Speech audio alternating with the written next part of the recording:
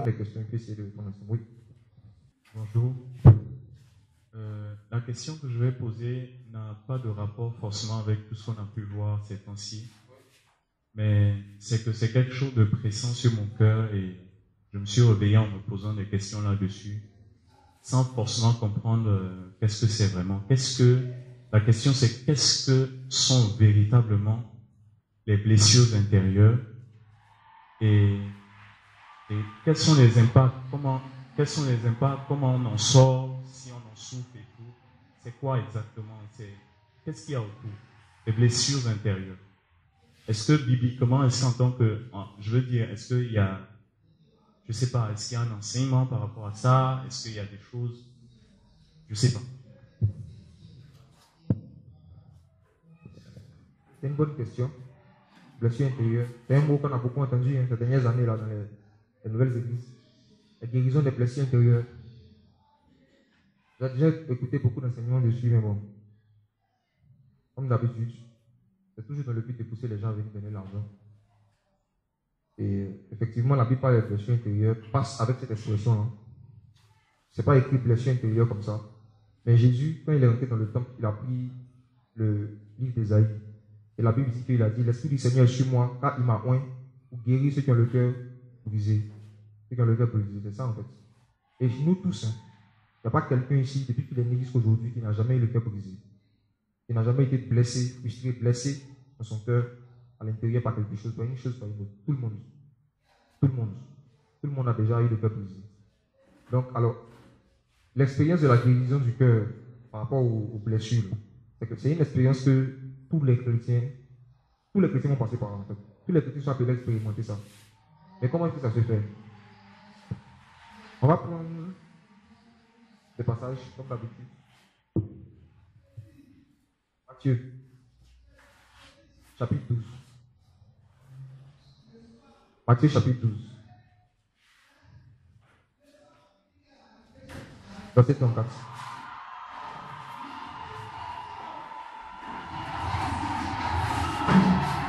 Matthieu, chapitre 12, verset 34. Est-ce que quelqu'un a trouvé ici? On peut lire. Du verset 34 jusqu'au verset 35. Matthieu, le chapitre 12, à partir du verset 34. Rage de vipère, comment pourriez-vous dire de bonnes choses, méchants comme vous l'êtes, car c'est de l'abondance du cœur que la bouche parle. L'homme de bien dit de bonnes choses du bon trésor de son cœur, et l'homme méchant dit de mauvaises choses du mauvais trésor de son cœur. Voici une phrase simple de Jésus sur laquelle on va se baser pour essayer de répondre. C'est quoi les blessures intérieures et comment est-ce que le Seigneur guérit les blessures intérieures? Jésus parle ici de l'homme bon et l'homme méchant. Et il parle de deux types de trésors. Il parle du bon trésor et du mauvais trésor. C'est ça, non? Le bon trésor et le mauvais trésor. Alors moi j'ai une question.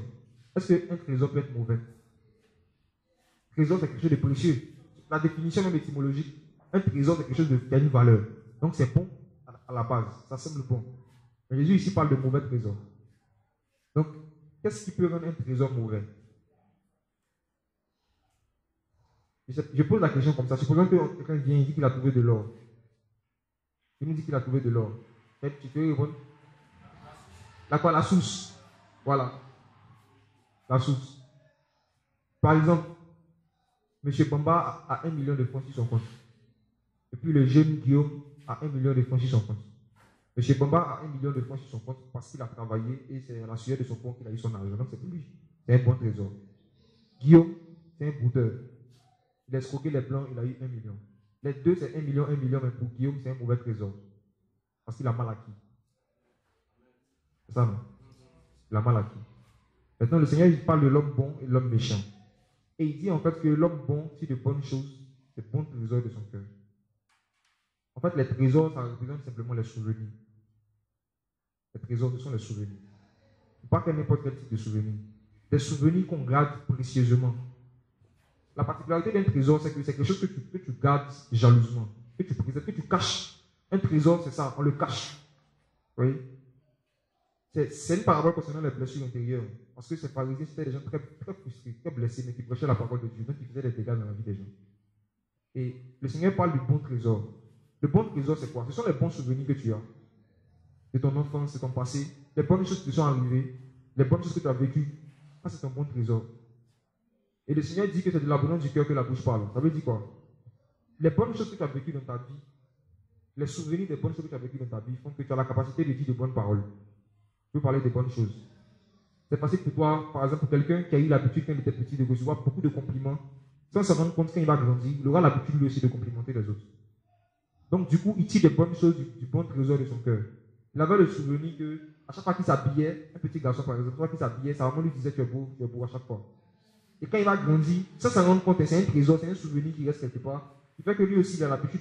C'est facile pour lui en fait de dire tu es beau à quelqu'un parce qu'il a eu l'habitude de recevoir ça. Les mauvais trésors, c'est les mauvais souvenirs qu'on a, mais qu'on garde précieusement, qu'on cache. Les choses humiliantes, blessantes, frustrantes qu'on a vécues dans le passé et qu'on cache.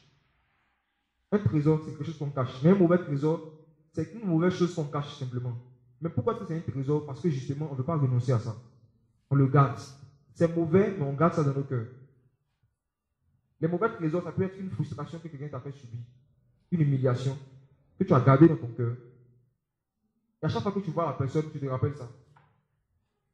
Et du coup, tu ne peux pas parler avec amitié à la personne. Tu ne peux pas lui parler avec sympathie.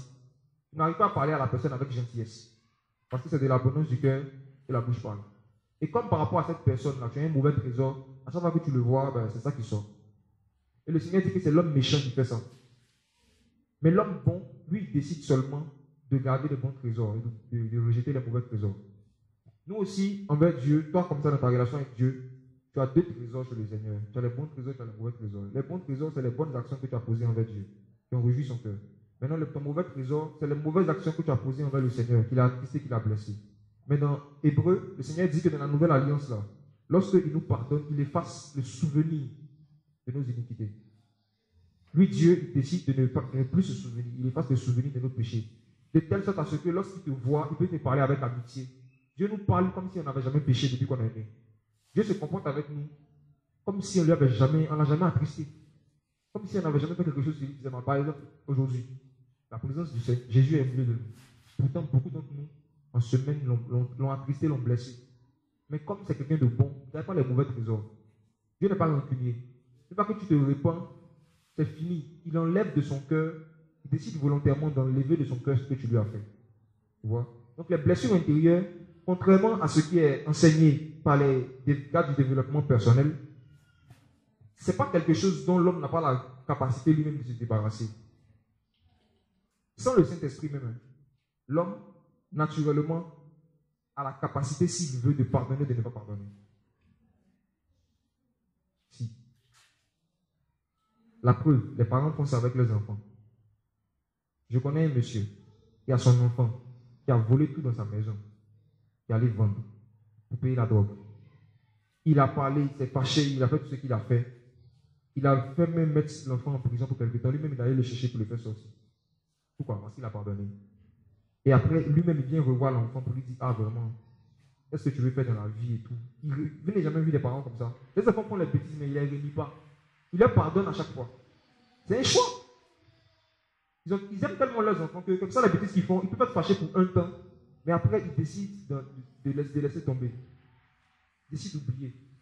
Même les enfants à bas âge, souvent les enfants, ceux qui ont grandi avec les enfants dans la maison, ils font souvent des choses qui peuvent t'énerver, te blesser et tout, mais quelques jours après, même le même jour, ça va. C'est un choix que tu fais. Que tu sois chrétien ou pas, tu décides si tu veux de pardonner, bien de garder dans un enfant. Tu vois? Maintenant, parmi ces mauvais trésors, ces blessures qu'on a vécues, nous tous, tout le monde l'aide, qui nous ont frustrés, blessé notre cœur, il y a des choses dont l'homme n'a pas la capacité lui-même de se débarrasser. Et là, il faut la main de Dieu. Quand la plaie est profonde, quand la blessure est profonde, quand l'humiliation que la personne a subie est trop profonde, il faut forcément l'intervention de Dieu. Sinon, la personne ne pourra pas se débarrasser. C'est par exemple peut-être le cas d'une fille qui a été violée. Tu vois? Une fille qui a été violée peut décider comme ça, de son cœur, de tout son cœur, comme ça, dire je pardonne à mon violeur. Je t'assure, si elle n'est pas remplie du Saint-Esprit, si l'Esprit du Seigneur ne remplit pas son cœur, elle ne peut pas pardonner de tout son cœur. Parce que les Écritures font la différence entre pardonner de tout son cœur. Et on connaît les sermons de Jésus sur le pardon. Hein. Il a dit qu'il faut pardonner de tout son cœur. En tant le cœur, le vieux cœur, le cœur dur que l'homme a, quelqu'un qui n'est pas né de nouveau, ce cœur-là ne peut pas pardonner tout. C'est son pardon à des limites. Un païen peut décider de pardonner des choses, mais les choses qu'il ne peut pas pardonner, même s'il veut. Et là, il a besoin du Saint-Esprit. Un exemple. Tu connais l'histoire de Kirikou. Kirikou est Karaba, la sorcière. D'accord. Alors, on dit que Karaba, c'était une dame qui était gentille à la base. Dans l'histoire, hein, un jour, ce qui s'est passé, c'est que il y a une épine, c'est ça, non? Qui a été plantée dans son dos. Et depuis lors, cette épine-là a fait que son comportement a changé. Elle avait un mauvais trésor quelque part. Ça fait que son comportement a changé. Elle a commencé à se comporter mal avec les gens du village. Et ce que tout le monde voyait, c'est que Karaba est méchante. Karaba tue les gens. C'est ce que tout le monde voyait. Vous voyez? Karaba parle mal. Elle est comme ça, elle maudit tout ça. Maintenant, il y a un enfant, qui s'appelle Kirikou, et qui un jour est rentré quelque part, jusqu'à il a fait ses recherches sur Google, tout ça. Il a découvert que, au fait, elle se comporte mal parce qu'elle a un mauvais trésor. Elle a une épine qui est dans son dos qu'elle-même ne peut pas enlever. Tu vois? C'est pour ça qu'elle se comportait mal. Donc, dans l'histoire, Kirikou allait derrière, s'est débrouillé, il a allé et il a enlevé l'épine. Et quand il a enlevé l'épine, elle est devenue normale. Elle est devenue gentille. Cette histoire-là, celui qui l'a créé, qui a inventé le truc, il s'est inspiré de Jésus. Je vous assure. La plupart des histoires à succès dans le milieu des films, des histoires vraies comme ça qui touchent les gens, beaucoup sont inspirés de la Bible, mais on était juste trafiqués un peu. Parce que c'est l'histoire de l'homme et du Seigneur. Vous voyez? Il y a une épine dans le dos de l'humanité. Et c'est ça qui faisait que les gens étaient méchants, les gens se comportaient mal, les gens étaient comme ça, ils étaient comme ça. Et ça, personne ne pouvait enlever. Les hommes eux-mêmes ne pouvaient pas enlever cette épine-là. Leurs amis ne peuvent pas enlever, les parents ne peuvent pas enlever. Il a fallu un enfant. Il a fallu que Dieu prenne la forme d'un bébé. Hein? Il a fallu que quelqu'un qui a plus de combien de milliards d'années, Dieu a plus de 7 000, 8 milliards d'années, il est venu comme un jeune de 30 ans pour venir enlever cette épine-là. Et la couronne qu'on a donnée à Jésus, c'était une couronne de quoi? Couronne d'épines. Tous les signes, tous les symboles, les choses que Christ a utilisées à la croix, il n'y a rien qui n'a pas de sens. La couronne d'épines que le Seigneur a portée là, il est en train de dire que c'est lui, dorénavant, qui allait devenir le roi de ceux qui sont méchants. C'est le mauvais trésor là, les épines là, les frustrations, les choses blessantes là. Le Seigneur a mis ça sur sa tête. Lui-même, ça l'a blessé aussi. Il a porté ça. Et quand il est venu là, il a dit que à celui qui vaincra, il va lui donner quoi? Une couronne. C'est ça, non? Celui qui va vaincre quoi? Il va vaincre la rancune, bien sûr. Si vous ne le savez pas, enfant de Dieu, le plus grand péché aux yeux du Seigneur, c'est la haine. Selon les Écritures. Quand vous allez lire 1 Jean chapitre 2 et le chapitre 3, Jean dit que celui qui déteste son frère est un meurtrier.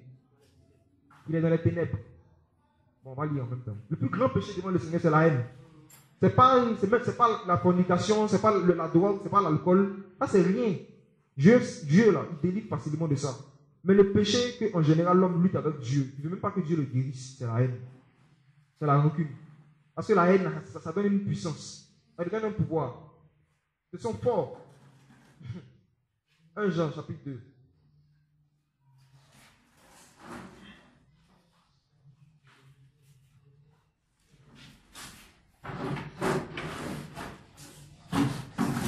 À partir du verset 8. 1 Jean 2, à partir du verset 8. Quelqu'un qui peut lire? 1 Jean 2, verset 8. Cependant, le commandement que je vous écris est un commandement nouveau. C'est une chose véritable en lui et en vous. Parce que les ténèbres sont passées et que la véritable lumière paraît déjà. Le verset 9. Celui qui dit qu'il est dans la lumière et qui est son frère est dans les ténèbres jusqu'à présent. Verset 10. Celui qui aime son frère demeure dans la lumière et il n'y a rien en lui qui puisse le faire tomber. Mais celui qui est son frère est dans les ténèbres et il marche dans les ténèbres et il ne sait où il va car les ténèbres ont aveuglé ses yeux. Verset 11. Mais celui qui est son frère est dans les ténèbres et il marche dans les ténèbres, et il ne sait pas où il va, car les ténèbres ont aveuglé ses yeux. Le Seigneur dit que celui qui a la haine dans son cœur contre son frère, il est aveugle spirituellement. C'est un aveugle. Et quand vous allez lire Matthieu 15, Jésus a prêché quelque chose qui a choqué même les disciples, qui a choqué les pharisiens, choqué les religieux, choqué même les disciples. On va lire ça. Ces disciples ont approché. Matthieu 15 à partir du verset 12. Et c'est la même chose, il parlait du cœur de l'homme. On parle toujours des blessures intérieures.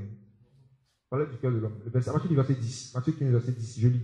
Puis, ayant appelé à lui la foule, il lui dit, écoutez et comprenez ceci. Ce n'est pas ce qui entre dans la bouche qui souille l'homme, mais ce qui sort de la bouche, c'est ce qui souille l'homme. Sur cela, les disciples s'approchant lui dirent, sais-tu que les pharisiens ont été scandalisés quand ils ont entendu ce discours? Et il répondit, toute plante que mon Père céleste n'a pas plantée sera déracinée. Laissez-les, ce sont des aveugles, conducteurs d'aveugles. Et si un aveugle conduit un autre aveugle, ils tomberont tous deux dans la fosse. Regardez comment Jésus a appelé les pharisiens.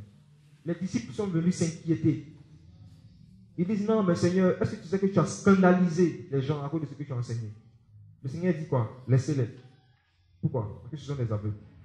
Pourquoi il dit que ce sont des aveugles? Parce que c'était des rancuniers, effectivement. C'était des gens qui avaient des rancunes contre les gens.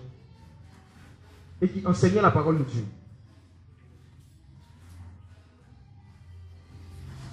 Bonsoir, bonne arrivée. Donc les pharisiens étaient des rancuniers. Et c'est pour ça qu'ils étaient dans les ténèbres. Donc ça vous dit quoi? Quelqu'un qui a la haine contre son prochain ne peut pas enseigner la parole de Dieu. Tu vois? Quelqu'un qui a la haine ne peut pas enseigner la parole du Seigneur. Parce qu'il est dans les ténèbres. Quelqu'un qui a la haine ne peut pas exercer le service dans l'église. Par exemple, si c'est une soeur qui a la grâce de chanter, par exemple, si elle ne parle pas avec quelqu'un dans le groupe de musique, dans le groupe de cours, elle ne va pas chanter.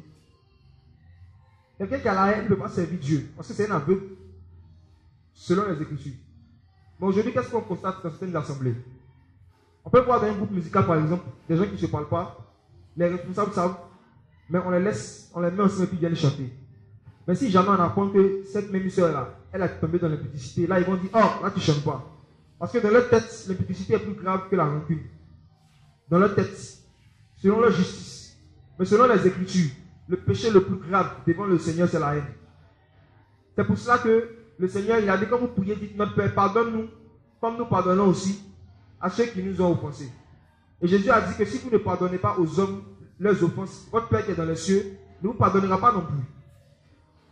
Donc tu vois que, si nous qui sommes chrétiens, pardonner c'est une décision, c'est un choix. Ce n'est pas une onction, il n'y a pas une onction de pardon. Tu ne seras pas là comme ça, et puis tu as dit, Seigneur, je n'arrive pas à pardonner, puis il y a une onction qui va quitter quelque part pour venir tomber sur toi pour te faire pardonner. C'est faux. C'est un choix. Parce que la même chose que la personne t'a fait qui te fait mal, si c'était ton enfant qui t'avait fait ça, tu allais pardonner. Oui. Si c'est quelqu'un que tu aimais plus, tu allais pardonner. Donc les blessures intérieures, comment est-ce que Dieu nous guérit de ça? Premièrement, quand on est encore converti, c'est le fait de nous donner un cœur nouveau. Ézéchiel 36, à partir du verset 25. Pour quelqu'un qui n'est pas converti, comment Dieu guérit ses blessures intérieures? Il lui donne un cœur nouveau. Parce que comme je le disais, je le répète, franchement, nous tous, on a été blessés depuis qu'on est petit. Tout le monde a déjà été humilié au moins une fois, bien blessé au moins une fois. Et à partir du verset 25, Ézéchiel 36, à partir du verset 25. Ézéchiel 36, verset 25, je lis. Je répandrai sur vous une eau pure. Vous serez nettoyés et je vous nettoierai de toutes vos souillures et de toutes vos idoles. Je vous donnerai un cœur nouveau. Je mettrai au-dedans de vous un esprit nouveau. Et je ferai de votre chair le cœur de pierre. Et je vous donnerai un cœur de chair. Je mettrai mon esprit au-dedans de vous. Je ferai en sorte que vous suiviez mes ordonnances et que vous observiez et pratiquiez mes lois. Donc voilà, quand on se convertit, c'est pour ça les gens qui étaient des rancuniers, qui avaient la haine contre les gens, mais qui ont véritablement expérimenté la nouvelle naissance, la naissance d'en haut. Ils pardonnent après. Ils commencent à pardonner aux gens. S'ils avaient des choses contre les gens, ils décident de pardonner. Parce qu'ils ont reçu un cœur nouveau. Et ce nouveau cœur-là, il ne sait pas haïr. Tu peux être frustré. et décider de garder la colère pendant certains temps. Mais la haine, c'est-à-dire à un point où tu dis que quand tu es dans la présence de la personne, tu trembles sur toi comme ça, tu deviens nerveux. Si tu as ce cœur nouveau, elle ne peut pas t'arriver. Tu peux être mal à l'aise dans la compagnie de quelqu'un parce que tu as quelque chose contre la personne et que tu n'as pas encore décidé de pardonner. Mais la haine, là, c'est grave. La haine, là, ça veut dire que si on t'annonce la mort de la personne, tu seras indifférent. Tu es prêt même à tuer la personne. Tu as l'opportunité de tuer la personne sans que ce soit un péché, tu l'aurais fait. Le premier péché que l'homme a commis, c'est le fait que Dieu a dit à l'homme de ne pas manger une nourriture, n'est-ce pas? De ne pas manger un fruit. Et l'homme a désobéi. Et après ce péché-là, quel péché on voit dans la Bible? La haine. On voit Caïn qui tue Abel. On n'a pas vu. C'est ça qu'on voit d'abord. Les autres péchés sont venus longtemps après. Et tous les autres péchés, c'est simplement la conséquence de la haine que tu as contre ton prochain. Les garçons qui couchent de fille en fille, qui changent de femme, c'est la haine. S'ils aimaient, ils avaient l'amour de leur prochain, ils n'allaient pas faire ça à ces filles-là. Ils allaient penser à leur avenir. Si je couche avec elle, si je l'enceinte, comment elle va devenir? Est-ce qu'elle pourra aller à l'école? C'est comme ça que l'amour résonne. Tu penses aux conséquences que tes actes vont avoir sur l'autre. Mais Caïn, il avait la haine contre Abel. Pourquoi? Parce que la Bible dit que parce que les œuvres d'Abel étaient justes, pour lui était méchant. La haine. Tu vois? Et malgré hein, lui, comme ça, Caïn, si tu le voyais, il allait te dire qu'il a des blessures intérieures. Mais Dieu allait l'approcher. Il dit, mais Caïn, Dieu l'a approché. Il dit, mais pourquoi est-ce que ton visage est-il abattu? Le motif pour lequel tu es blessé, là, c'est quoi? Est-ce que ça tient? Le motif, tu es blessé, c'est vrai, mais pourquoi tu es blessé? Pourquoi? Qu'est-ce que Abel t'a fait? Abel t'a rien fait, mais tu le détestes. Donc, l'une des manières aussi dont Dieu guérit les blessures intérieures, d'abord, il peut te donner un cœur nouveau. Deuxièmement, c'est de te faire réaliser que les motifs pour lesquels tu en veux aux gens, ça ne tient pas. Dieu te fait réaliser que les motifs pour lesquels tu en veux aux gens, toi-même, il t'a pardonné ça. Les motifs pour lesquels tu dis la personne est méchante, toi-même, tu as fait pire. Dieu te fait réaliser ça. C'est comme ça qu'il guérit tes blessures intérieures. Mais tu te rends compte qu'en fait, tu n'as pas de raison d'en vouloir aux gens. Parce que toi-même, tu as fait pire au Seigneur et le Seigneur t'a pardonné. Toi-même, tu as blessé le Seigneur t'a pardonné. C'est comme ça que Dieu guérit tes blessures intérieures aussi. Il te rappelle que, oh, tu es blessé. Pourquoi? Pourquoi? Parce que la personne t'a parlé mal en public. Mais toi-même, quand tu péchais en public, tu désobéis mon nom. Le commandement du Seigneur est clair, il dit que mon nom soit sanctifié. Quand tu es chrétien et que tu as des comportements de païen en public, tu es en train de parler mal du Seigneur en public comme ça. Le Seigneur te pardonne, donc tu es blessé pourquoi? Pardonne. Et quand tu deviens disciple de Jésus, tu n'as plus le droit, on n'a plus le droit de garder rancune, bien de haïr quelqu'un. On n'a pas ce droit-là. Sinon, on devient aveugle spirituellement. Il y a beaucoup de chrétiens, même des songes ne les font plus. Dieu ne leur parle plus. Beaucoup de chrétiens. Aujourd'hui, on va prendre des questions, mais on va à cœur de parler des visions et puis de la manifestation de l'esprit de prophétie. Il y a beaucoup de chrétiens qui ont perdu la vision du Seigneur. Même le Seigneur ne donne plus de vision, ne donne plus de songes. Même la présence de Dieu sont devenus insensibles. Pourquoi? À cause de la rancune. Parce que comme on a lu dans 1 Jean chapitre 2, la Bible dit que celui qui est son frère, il tombe dans les ténèbres automatiquement. Il devient aveugle. Il devient aveugle. Donc c'est un sujet qui tient vraiment au cœur du Seigneur. Jésus a beaucoup prêché sur ça. Le pardon. Il faut pardonner, quel que soit le motif. Quel que soit le motif, tu dois pardonner. Et sur la croix, il a montré l'exemple. Lui, ce n'est pas blessure intérieure seulement, blessure extérieure. Ils l'ont crucifié, ils l'ont frappé, ils l'ont mis nu. Il était nu sur la croix. Le Seigneur de gloire, le roi des Juifs. David dansait. David était un roi des Juifs à son époque. Il dansait et son habit est tombé. Son habit est tombé. On voyait encore ses sous-vêtements. Hein. Contrairement à ceux qui montrent que David est devenu nu, c'est faux. Lisez. C'est juste son manteau qui est tombé. On voit ses sous-vêtements. Et sa femme était scandalisée. Elle allait le voir. Elle dit, ah, comment tu es un roi comme ça? Et puis tu danses devant tes serviteurs comme ça, jusqu'à ton habit tombe. On voit une partie de tes sous-vêtements. Et puis David lui a dit, oui, le Dieu devant lequel je dansais, c'est le Dieu qui m'a choisi par rapport à ton papa. Et devant lui, il danse. C'est ce que David lui a répondu. Et la Bible dit que Dieu a rendu cette femme stérile à cause de ça. Parce qu'elle était en train de elle voulait casser le zèle de David. Dans ce on va faire dans l'assemblée sourde. On est trop zélé. Bon, bref, c'était une parenthèse. Donc, regarde comme ça. Lui, c'est juste son sous-vêtement, ça scandalisait les gens. Maintenant, regarde le roi des Juifs, le Seigneur de gloire, Jésus. On le déshabille, on le met nu, on le frappe, on le traîne dans toute la ville, jusqu'à Golgotha. Et Golgotha était situé sur un lieu élevé. Tout le monde pouvait le voir. Donc, ils ont exposé sa nudité comme ça. Même les enfants pouvaient se moquer de lui. Tout le monde. Ils ont tellement humilié Jésus que même les brigands aussi, ils ont mis leur bouche sur lui. Même des brigands aussi sont moqués de lui. Les brigands s'est moqué de Jésus, tellement ils l'ont humilié. Mais il a dit, Père, pardonne-leur, car ils ne savent pas ce qu'ils font. Donc, l'une des manières dont Dieu guérit tes blessures intérieures, il t'emmène à comprendre que ceux qui te blessent là, ils ne savent pas ce qu'ils font. Donc, c'est pour ça que tu ne dois plus leur en vouloir. C'est comme ça que Dieu change ta manière de voir les gens qui te blessent. Ne croyez pas en ces gens qui disent que non, il y a une onction qui a tombé sur toi pour que tu pardonnes, c'est faux. Le Seigneur t'enseigne, il change ta mentalité. La Bible dit, ne vous conformez pas au siècle présent, mais soyez transformés par le renouvellement de l'intelligence. Dieu renouvelle ton intelligence, ta manière de voir ceux qui t'ont blessé, ceux qui te blessent. Tu ne dois pas les voir comme des ennemis. Tu les vois comme des gens qui ne savent pas ce qu'ils font. Parce que la haine va te dire, il faut exprès. La rancune va te dire, la chair va te dire, le diable va te dire, il a fait exprès de faire ça, il fait exprès. Malgré que tu lui parles, il fait exprès. Mais Jésus, crucifié, va te dire, ils ne savent pas ce qu'ils font.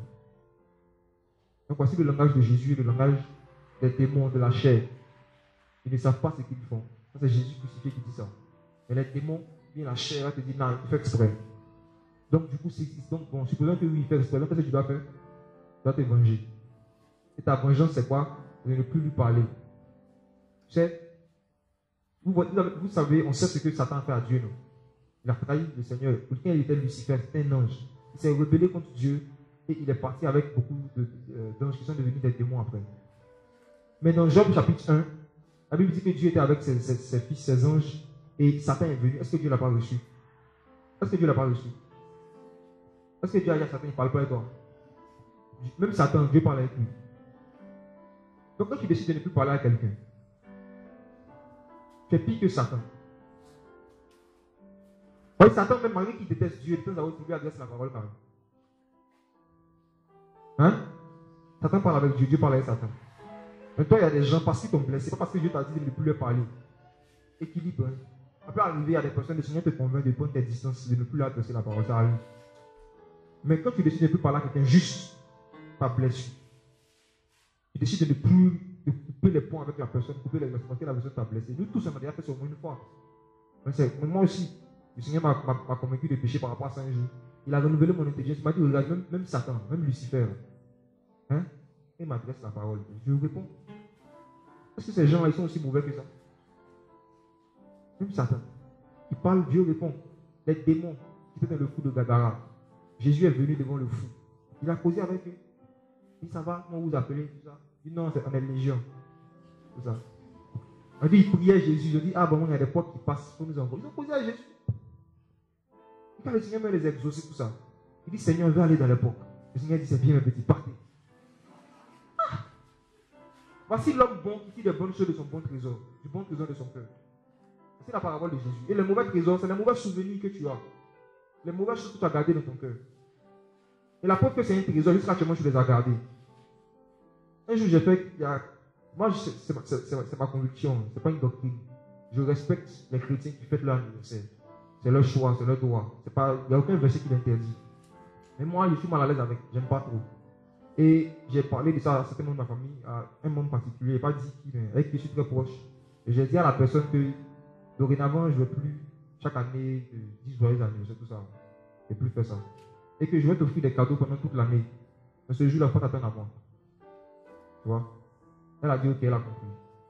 Un an plus tard, son anniversaire arrive. Et je n'habitais plus avec elle, j'ai fait exprès, je reviens. Je vais la saluer le soir. J'ai fait exprès, je n'ai pas le trouver de rien. Ça va, la journée, le travail, tout ça.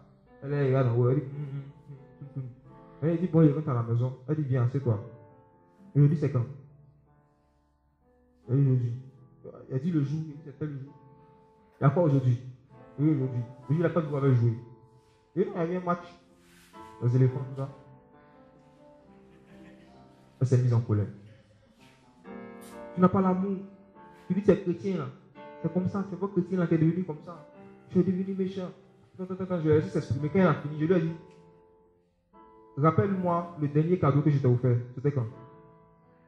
C'était quoi plutôt? C'est quoi le dernier cadeau que je t'ai offert? Elle a oublié.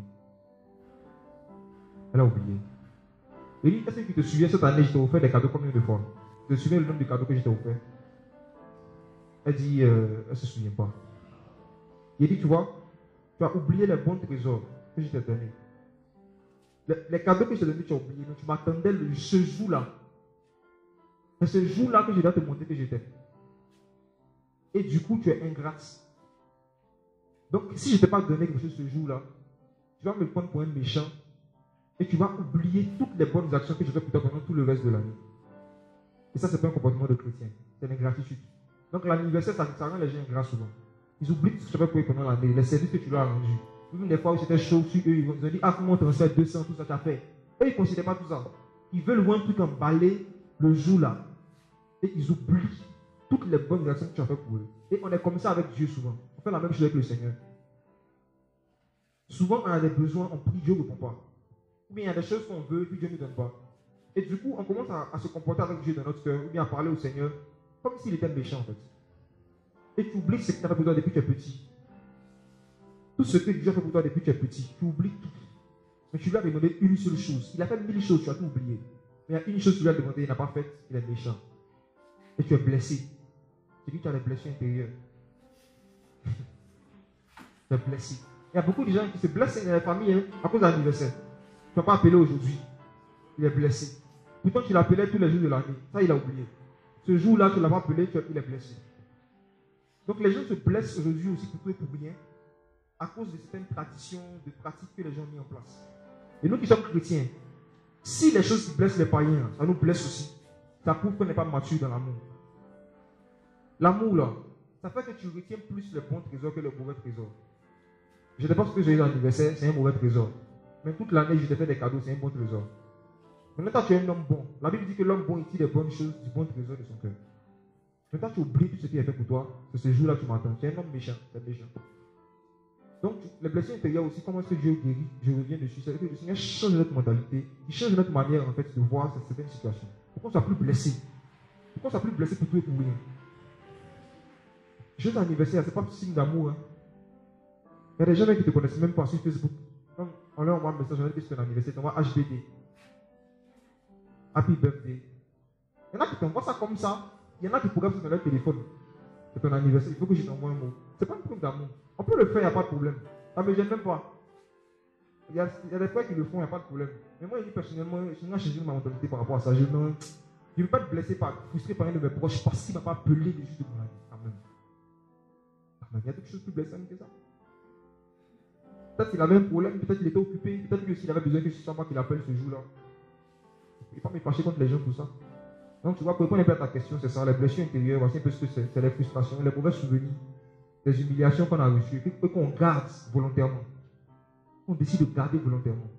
Mais quand on rencontre Jésus, quand on rencontre la parole, au fur et à mesure qu'on médite la parole, au fur et à mesure qu'on s'humilie devant Dieu, Dieu fait remonter ces choses-là. Et on a le choix, si on laisse tomber, ou bien on garde ça encore comme un trésor. Donc c'est un peu ça. Je ne sais pas si la réponse te va. Ok. Donc une autre question, quelqu'un a une question? Fais une question.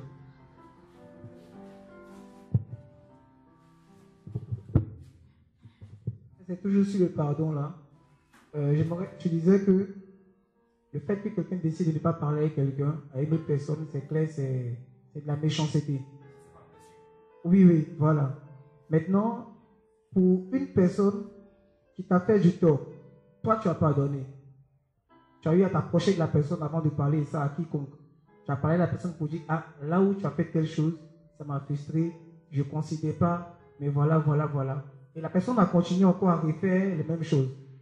Tu as pardonné encore, mais c'est parce que tu as appelé d'autres personnes pour aller demander, pour aller exhorter la personne à changer son attitude.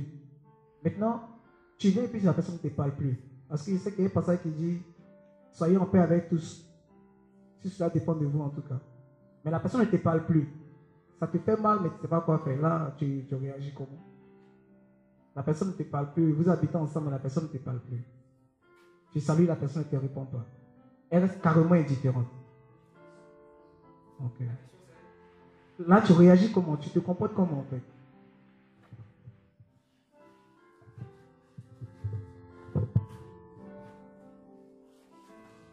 Donc, si je comprends bien, dans ce cas-là, ça c'est indépendant de ta volonté, en fait, c'est ça. Tu as essayé de te considérer que la personne te fait, mais la personne reste fermée. Tu ne peux rien faire. Là, dans ce cas précis, tu ne peux rien faire. Tu es obligé de supporter. Enfin, ça te fait mal, mais c'est comme ça. Et en fait, Dieu permet, nous qui sommes chrétiens, que souvent on vive ça. Pourquoi? Pour que tu te fasses une idée de ce que lui vit, de ce que les chrétiens rétrogrades lui font vivre. Oui. Il y a beaucoup de gens ici qui ont le Saint-Esprit mais qui ne prient pas. Donc Dieu est avec eux mais il ne parle pas avec Dieu. Toute la journée, il ne parle pas avec le Seigneur. Pourtant le Seigneur est là, ils ignorent la présence de Dieu. Et tu vois, le fait d'être ignoré par quelqu'un que tu aimes, tu vois comment ça fait mal? C'est ce que Dieu ressent. Et souvent, nous qui sommes chrétiens, en fait, Dieu nous met dans ce genre de situation-là pour qu'on ressente un peu ce qu'il vit chaque jour, ce qu'il vit depuis des années. C'est blessant, comme tu l'as déjà expérimenté, hein, que quelqu'un que tu aimes soit là toute la journée et puis il t'ignore. Tu n'adresses même pas la parole. Pourtant, tu lui as rien fait. Au contraire, tu lui as tout donné. Tu donnes le souffle de vie, la santé, la nourriture, le vêtement. Pour te dire merci, il ne te parle pas. Sauf s'il a un problème grave. Bien avant de dormir, qu'elles sont vigiles. Seigneur, garde la maison, garde ma mari, garde ma famille, garde, et puis on va dormir. Voilà. C'est la relation aujourd'hui que nos chrétiens modernes ont avec le Seigneur. Et c'est blessant. Donc, dans ce genre de cas, qu'est-ce que tu peux faire? Tu ne peux rien faire. Tu es obligé de patienter, de rester comme ça, de souffrir. Et puis de demander au Seigneur d'apprendre à toujours aimer la personne malgré son comportement de dehors. Tu dois prier, demander au Seigneur de donner la force que ton comportement ne change pas. Parce que c'est ça aussi la risque de l'ennemi derrière. Tu te dis, bon, comme elle se comporte comme ça, toi aussi tu peux faire ça. Pour lui montrer que un pour elle, d'un pour d'un. Il faut faire attention aussi à ce que sa méchanceté elle ne te salisse pas, que tu ne deviennes pas comme elle, quoi. Si tu as l'opportunité, tu la salues, tu restes normal, mais ça fait mal, mais c'est comme ça. Certains d'entre nous, peut-être, ont déjà vécu ça. Tu fais tout, la personne ne veut pas te parler. Dieu nous fait expérimenter un peu de ce qu'il vit. Et plus tu deviens proche de Dieu, ceux qui ne le savent pas, frères et sœurs, quand Dieu dit les projets que j'ai pour vous, on connaît ce passage, hein? On a chanté ça même dans louange. Hein? Les projets que j'ai pour vous ne sont pas des projets de malheur, mais des projets de quoi? De bonheur. À qui Dieu a dit cette parole? À qui? À Jérémie. C'est à lui la parole était adressée. Et après que Dieu lui a dit ça, regardez la vie de Jérémie, il a été maltraité. On l'a jeté dans un puits, il est mort. Tellement Jérémie souffrait, il a écrit un livre qu'on appelle Lamentation, c'est dans nos Bibles. Il se lamentait. Parce que Dieu dit, j'ai des projets de bonheur pour lui. Regarde ce qu'il est en train de vivre. Hein? Projet de bonheur, là, c'est quoi? C'est pas voyage. C'est pas ce qu'on nous fait croire. Hein? Celui à qui la parole était adressée, là, regardez les projets de bonheur. Il est mort martyr à cause de Jésus. À cause du témoignage de Christ. À cause des prophéties qu'il donnait sur le Messie. Parce qu'il dénonçait les leaders religieux de l'époque. Les projets de bonheur. Le bonheur, en fait, c'est quoi? C'est la présence de Dieu. Le bonheur, là, c'est la présence de Jésus. Et le plus grand projet que le Seigneur a pour nous, là, c'est de nous faire rester dans sa présence pour l'éternité. Donc, souvent, Dieu peut créer des situations blessantes et douloureuses pour te forcer à rester dans sa présence. Parce qu'il s'appelle le consolateur. Et on ne console pas quelqu'un qui est en joie. Tu ne peux pas expérimenter le consolateur si tu n'es pas blessé. On ne console pas quelqu'un qui est content. C'est quelqu'un qui est blessé qu'on console.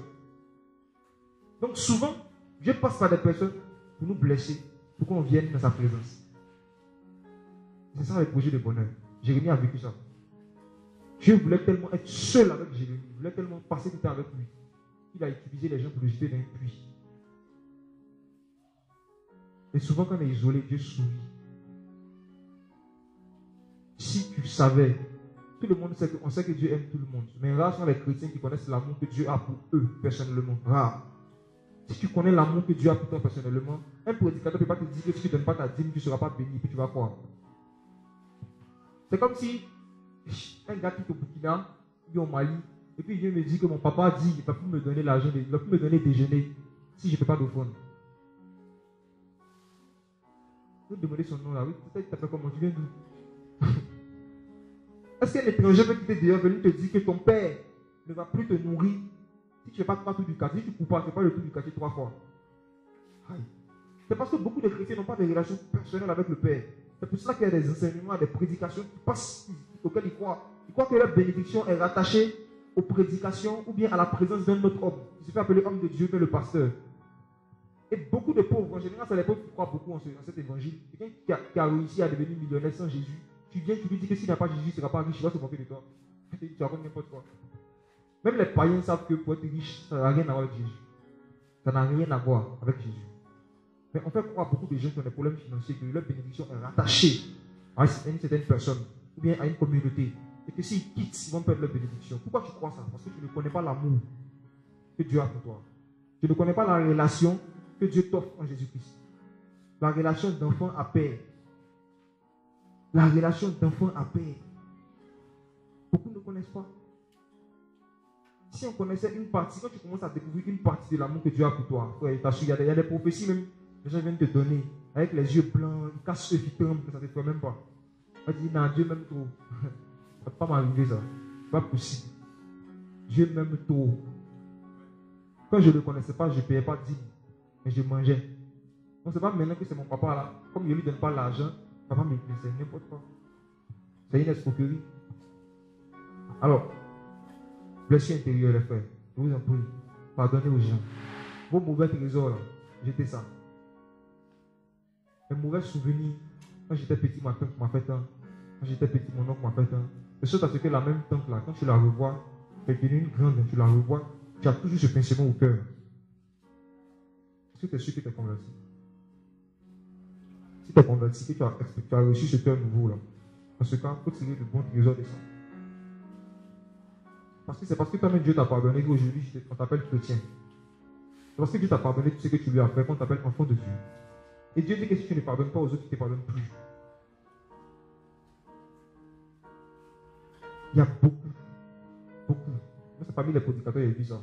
Beaucoup de rancuniers. Il y a beaucoup qui ont la haine entre eux-mêmes. Il y a des discours. Ils s'attaquent. Ils ne s'attaquent pas par rapport à. Ils ne parlent pas, quand ils attaquent l'autre, ils ne parlent pas de la doctrine. Ils parlent des gens, lui a fait ça, lui a fait ça. Ils ont la haine entre eux. Mais c'est eux qui enseignent, ceux qui prêchent. Et Jésus dit dans Matthieu 15 que ce sont les aveugles qui conduisent les aveugles. Donc vous tous qui êtes ici, vous n'êtes pas sûr que vous n'avez rien contre personne dans votre cœur. Vous n'êtes pas sûr que tous vos mauvais trésors, vous avez renoncé à ça.